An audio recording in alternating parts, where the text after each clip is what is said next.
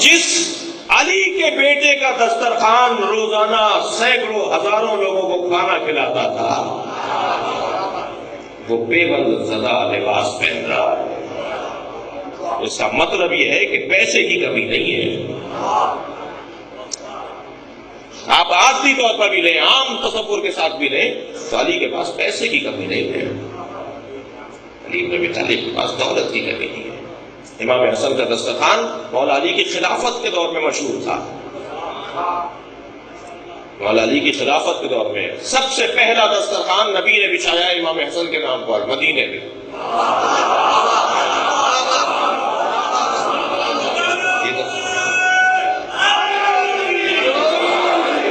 یہ دسترخوان امام حسن کا جو تصور ہے نا، گھروں میں لگتا ہے، ہم نے الحمدللہ کراچی میں روزانہ 300-400 لوگوں کو کھانا کھلاتے ہیں دسترخوان امام حسن کے اوپر، اور خواہش ہے کہ ہمارے سارے شہروں میں امام حسن کا دسترخوان عمومی جگہوں پر بچھے، یہودی بھی کھائے، عیسائی بھی کھائے، ہندو بھی کھائے، سنی بھی کھائے، امام حسن کے نام پہ کھائے۔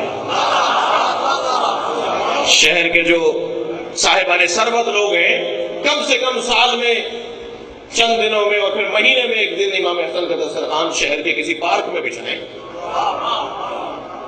جنگ کے میں سادات سے بھی اور شیوخ سے بھی کہتا ہوں،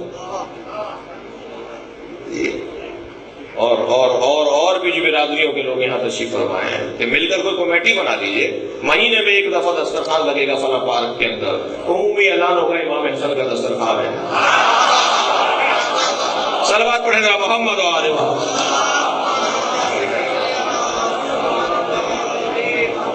نبی نے سب سے پہلے امام حسن کا دسترخوان مدینے میں بچھایا کہ جب امام حسن کی ولادت ہوئی 3 دن تک بے نام حسن کھانا کھلایا۔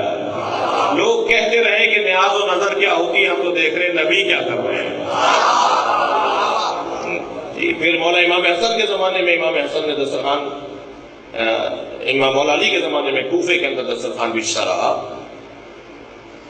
لوگ آتے تھے کھانا کھاتے تھے، مشہور تھے امام حسن، عرب دنیا میں مشہور تھے۔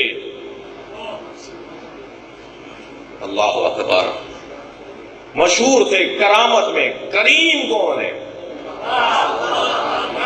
جو بھی مدینے میں داخل ہوتا تھا کہتا تھا مجھے کریم کا دروازہ بتاؤ، سب سمجھ جاتے تھے یہ امام حسن کا گھر پوچھ رہا ہے۔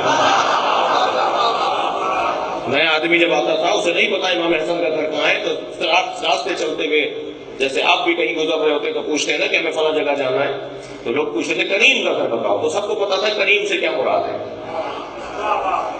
اور امام حسن کے گھر پہنچا دیتے تھے۔ سینکڑوں لوگ نکل رہے ہیں، سینکڑوں جا رہے ہیں، دسترخوان بچھا ہوا ہے، لوگ کھانا کھا رہے ہیں۔ اس حسن کے بابا علی کا ذکر ہے۔